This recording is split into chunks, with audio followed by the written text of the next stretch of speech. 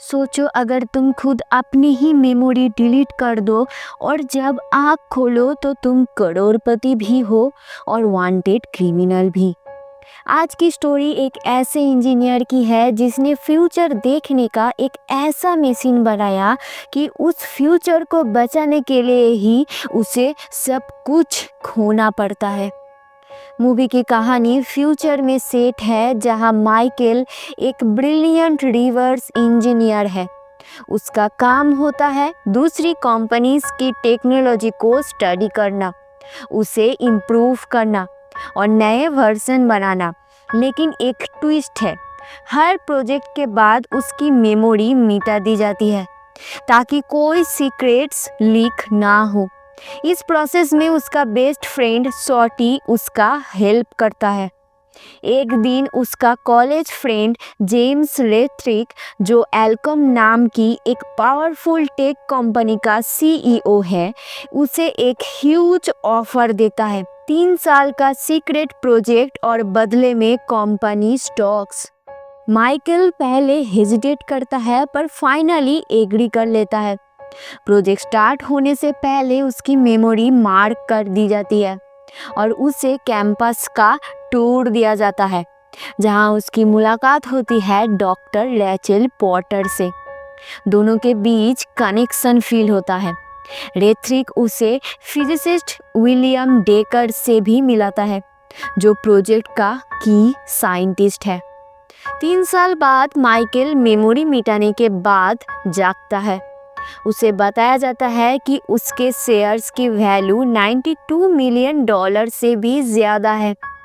लेकिन शॉक तब लगता है जब लॉयर बताता है कि माइकल ने कुछ वीक्स पहले ही सारे शेयर्स वॉलंटियरली गिव अवे कर दिए। जब उसे उसके पर्सनल आइटम्स दिए जाते हैं जो उसने इस प्रोजेक्ट में काम स्टार्ट करने से पहले सबमिट किए थे, उस एनवेलप के अंदर बस रैंडम यूजलेस चीज़ें होती है जो उसके रखे हुए चीज़ें नहीं था, जैसे paper clips, fortune cookie, message, watch, tickets और छोटी मोटी आइटम्स।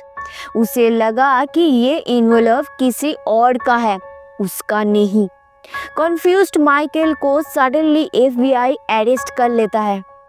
एजेंट डॉज उस पर एक्यूज करता है कि उसके पास क्लासिफाइड गवर्नमेंट टेक्नोलॉजी की इंफॉर्मेशन है जो साइंटिस्ट डेकर ने चुरा ली थी और अब डेकर मर चुका है। क्योंकि माइकल की मेमोरी मिट चुकी होती है, वो कुछ एक्सप्लेन नहीं कर पाता।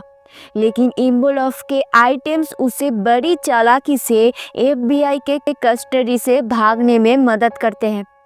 एफबीआई के कस्टडी से भागने के बाद माइकल सॉटी के पास जाता है और समझने की कोशिश करता है कि उसके साथ ये सब हो क्या रहा है।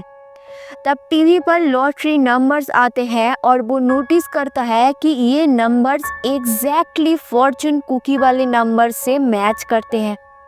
तब उसे रियलाइज होता है उसने फ्यूचर देखने वाली कोई मशीन बनाया था और फ्यूचर देखकर ही उसने ये रैंडम आइटम्स अपने लिए प्लान करके छोड़े थे ताकि मेमोरी मिटने के बाद भी वो सरवाइव कर सके। दूसरी साइड पर एल्कम में लेथ्रिक मशीन को एक्टिवेट करने की कोशिश करता है, लेकिन माइकल ने उसे डिसेबल कर दिया है उसमें वायरस डाल के। लेथ्रिक का शक माइकल पर ही जाता है, उसी ने ही इसमें कुछ वायरस ऐड किया होगा। तो लेथ्रिक जॉन उल्फ को भेजता है माइकल को ख़त्म करने के लिए, लेकिन वो उस एनवेलप के आइटम्स की वजह से वहाँ से सरवाइव करके बच जाता है। अब लेथ्रिक का शक और भी गहरा हो जाता है कि माइकल ने ज़रूर फ्यूचर देखा है, इसलिए वो बचकर निकल जा रहा है हर जगह से। फिर लेथ्रिक डॉक्टर रैचल पॉटर के ऊपर नज़र रखता है कि शायद उसका कांटेक्ट माइकल से होगा, क्योंकि रैचल और माइकल का एक रोमांटिक कनेक्शन बना उस प्रोजेक्ट के दौरान। लेथ्रिक का शक सही निकला और रैचल जाती है माइकल से मिलने, लेकिन लेथ्रिक ने फेक रैचल भेजकर माइकल को ट्रैप करना चाहता था। लेकिन असली रैचेल टाइम पर वहां पहुंच जाती है और माइकल को बचा लेती है। अब माइकल और रैचेल दोनों भाग रहे होते हैं एफबीआई से भी और रेथ्रिक के भेजे हुए गुंडे से भी। हाइडआउट में ही उन्हें एनवेलप पर लगे स्टैम्प्स के अंदर माइक्रोडॉट इमेजेस मिलते हैं। जब वो इमेजेस इनलार्ज करते हैं तो फ्यूचर के न्यूज़पेपर हेडलाइंस देखते हैं। हेडलाइन शॉकिंग होता है, एलकॉम की टेक्नोलॉजी दुनिया को केओस में डाल देती है। Stock market crash, political conflicts, global pandemic और फाइनली यूएस का न्यूक्लियर स्ट्राइक, ये सब मेसिन के मिसयूज की वजह से होता है। दोनों डिसाइड करते हैं कि मेसिन को डिस्ट्रॉय करना ही होगा, चाहे जो हो। एमोरफ के लास्ट क्लू यूज करके वो एलकॉम कैंपस में सीक्रेटली एंटर करते हैं। इसी टाइम एफबीआई भी एलकॉम पर इन्वेस्टिगेशन स्टार्ट कर चुकी होती है। लैब के अंदर माइकल मशीन को रिपेयर करता है, लेकिन सीक्रेटली उसमें टाइमर सेट कर देता है ताकि कुछ मिनट्स में मशीन डिस्ट्रॉय हो जाए। लास्ट टाइम मशीन यूज करके वो फ्यूचर का एक झलक देखता है। कैटवॉक पर खड़ा हुआ वो खुद और एक एफबीआई एजेंट फायरिंग करता हुआ। ये विजन उसके लिए वार्निंग बन जाता है।